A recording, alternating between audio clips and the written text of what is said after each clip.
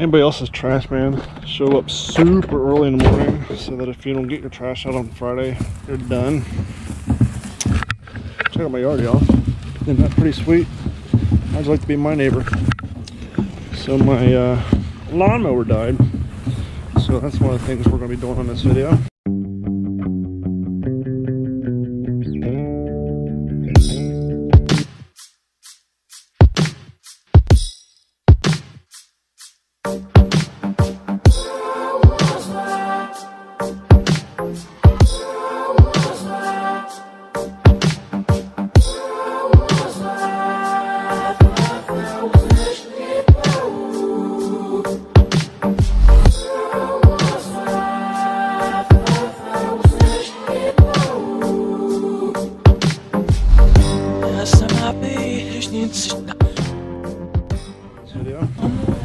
And the other thing is we are going to add some dry storage to the kayak. I'm waiting for Waste Management or Waste Pro to call me back with a bulk pickup so I can get that crap out of here too. But Cape Coral doesn't get free bulk. Well, they get free bulk pickup, but they don't get free automatic bulk pickup. And so if you want bulk pickup, say that 83 times fast, here in town, you have to call and schedule it. I'm trying to get my garage clean, but you guys are tired of hearing about that. So here's the other thing we're doing today. We are going to put dry storage in the kayak because now it's officially mine. And I ordered these a while back. These are dry storage bins I got off Amazon. So I guess the first thing we want to do before we go tearing holes in our kayak is to make sure this is in fact needs a 6-inch hole saw and nothing larger. So here's our latch. Here's our hole saw. It actually looks like it's going to need bigger than a 6-inch. So let's take a gander, shall we?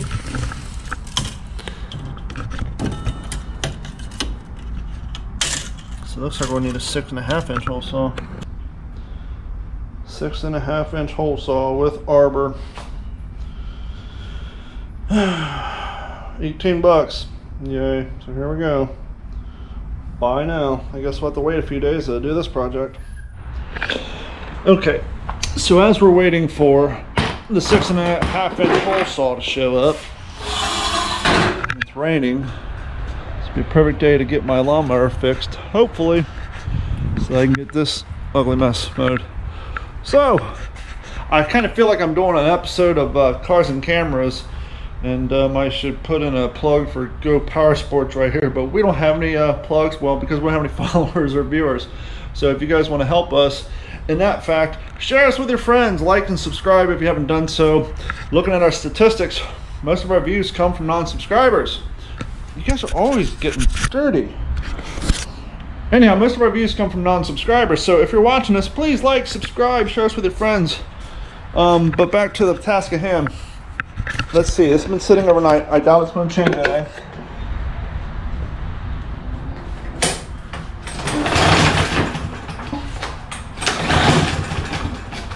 So here's the deal. It will not start. It was working. As you can see, I was mowing my grass and got almost done with it. Got all that done. I started to go this way, and I ran out of gas. So I went in there and I put some gas in there, which, full disclosure, is an older gas. But even with older gas, it should be trying to ignite. So I think what happened is when I ran this guy dry and I filled it up, I think some scubba got in there. It got down to this gas line. And so, first thing I'm gonna do is pull the gas line, try to drain out all the gas, which is really gonna suck.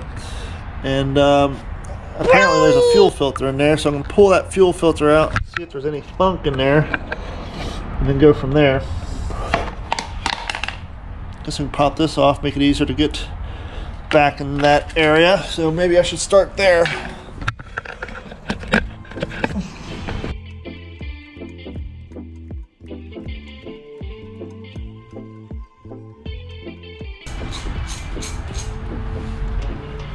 Got a little hidden black screw here, a completely different size.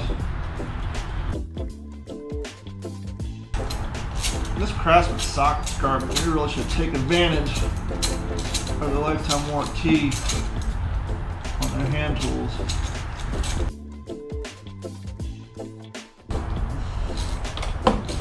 Oh, I bet I know why. I bet this plastic shroud is hidden, or put on with the two black ones, and that air intake on the carburetor is held together with the two silver ones.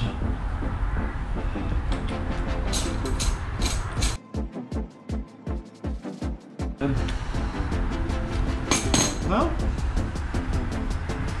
it is all one piece. So two things. One, I'm betting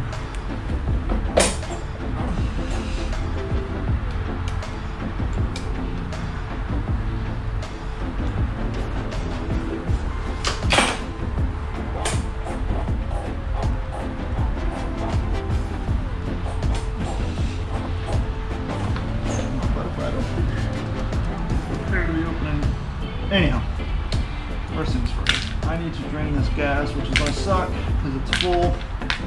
So I'm hoping that with the lid on, it'll create enough of a vacuum that when I disconnect that hose, it'll give me time to put the container mouth in there. Now the biggest difference between me and the guys with cars with cameras is obviously the fact they got followers. But secondly, and maybe just as importantly, they actually have experience working with 2-cycle motors.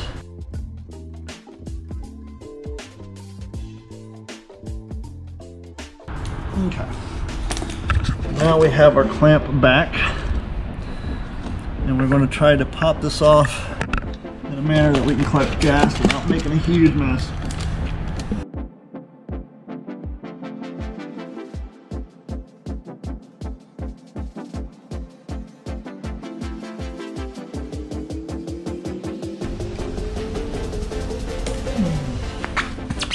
Here is my carburetor.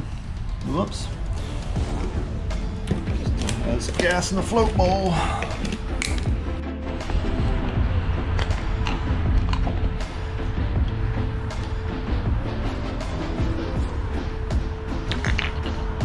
Really don't look too bad in here, to be honest with you.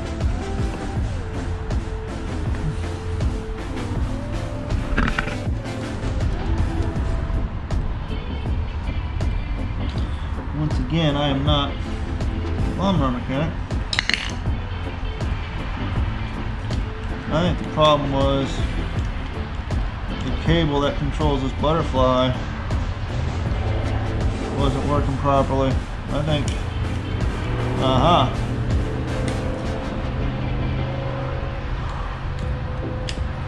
I think this guy may have been on the wrong side, so it wasn't doing anything. Well, I don't know. Let me ask you guys, well, let me put this thing back together first.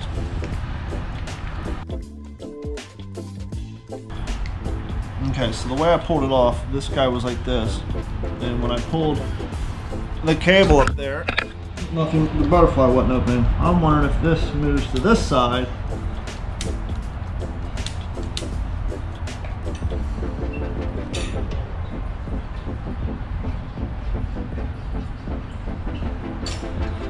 It pushes this, thus opening the butterfly, thus letting gas in.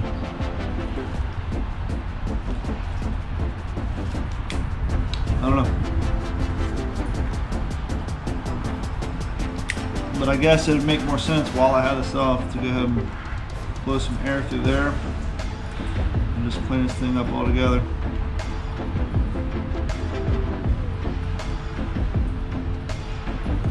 Now I'm really thinking now it's not the fuel line because the filter's here and all this gas ran out,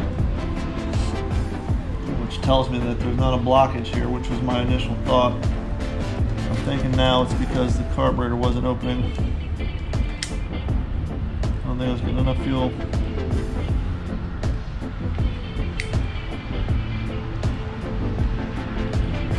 Or oxygen for that matter.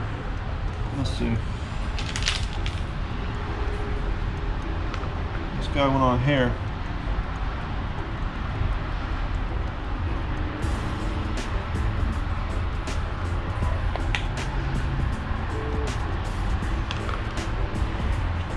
here like this.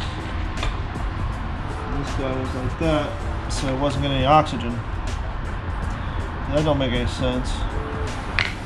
Anyhow, I'm gonna clean this thing up since I have it off, and we'll go from there.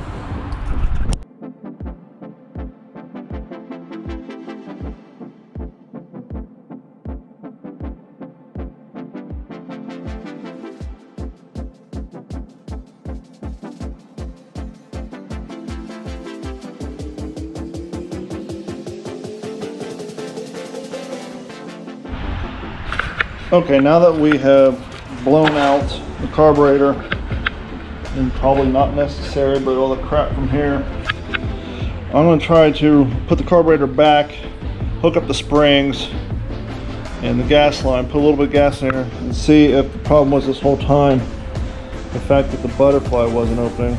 If that didn't work, I think it'd be cheaper to buy a new carburetor, obviously, than to buy a new lawnmower. Before this video though, I did replace the spark plug and put oil in there, so I don't think that's the problem. But anyhow, let me reassemble this and we'll see where we're at. So I've got the carburetor seated back in so I have the carburetor seated back in there now. Actually, what I might probably want to do is put these hooks on first and then reseat it and see what we get.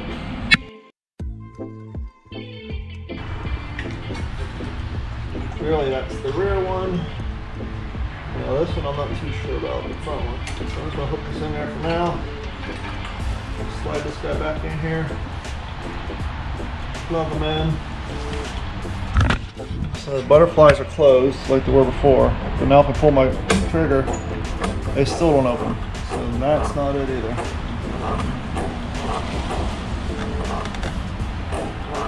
Okay, so let me put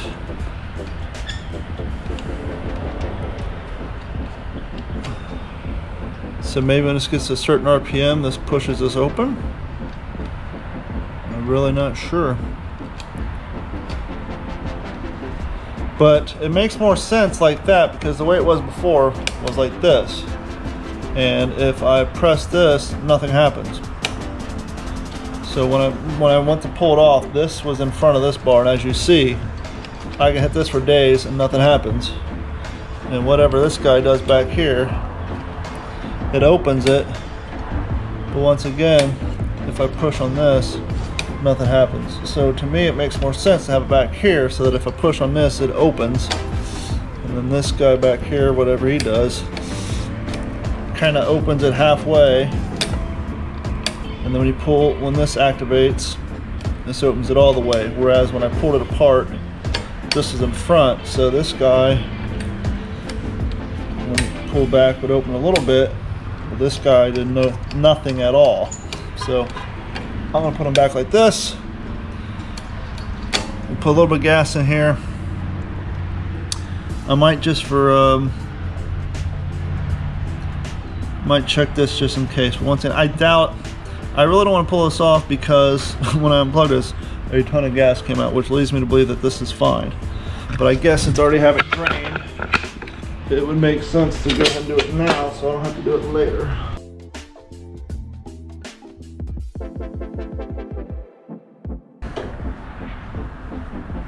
So there actually is no fuel filter in this one. The line is completely clear. So I really took it off for no reason whatsoever. So let's put it back on. And we have our hose clamp back in spot. I really need to clean this filter off, so I'm going to turn the air compressor back on and clean that filter out because that scubba is nasty.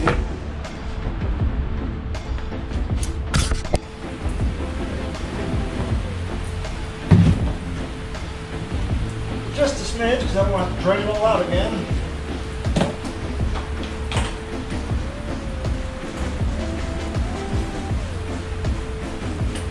Ready? Here we go.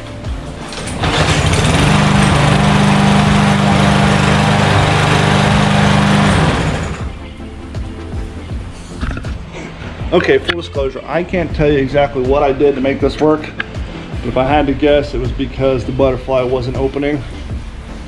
And or it could have been a possibility that maybe there was something in that fuel line. and that whenever I started wiggling it, it broke it loose. But I mean, here's our fuel. I don't see, with the exception of the Gatorade in the bottom of it, I don't see any big clods of dirt or anything in there.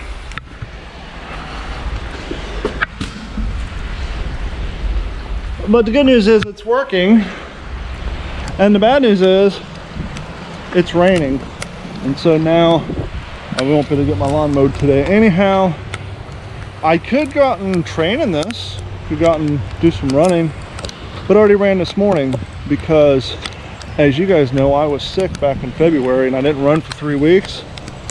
What you may not know is I have maintained the local legend status on Strava for running this track around here all through 2020.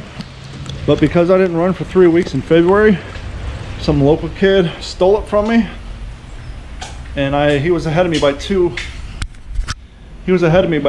efforts, they call it, meaning he ran that particular segment 2 times more than I have in the last 90 days. And so Friday I went and ran it, and then I got down to 1 more effort, and even though I was out having fun at my friend's 40-year-old birthday last night, taking shots and eating cake, I went ahead and got this morning and ran 2 miles and got my local legends back. But anyhow, I'll get back with you here momentarily when I get my hole saw. This has been a Digital 410 production.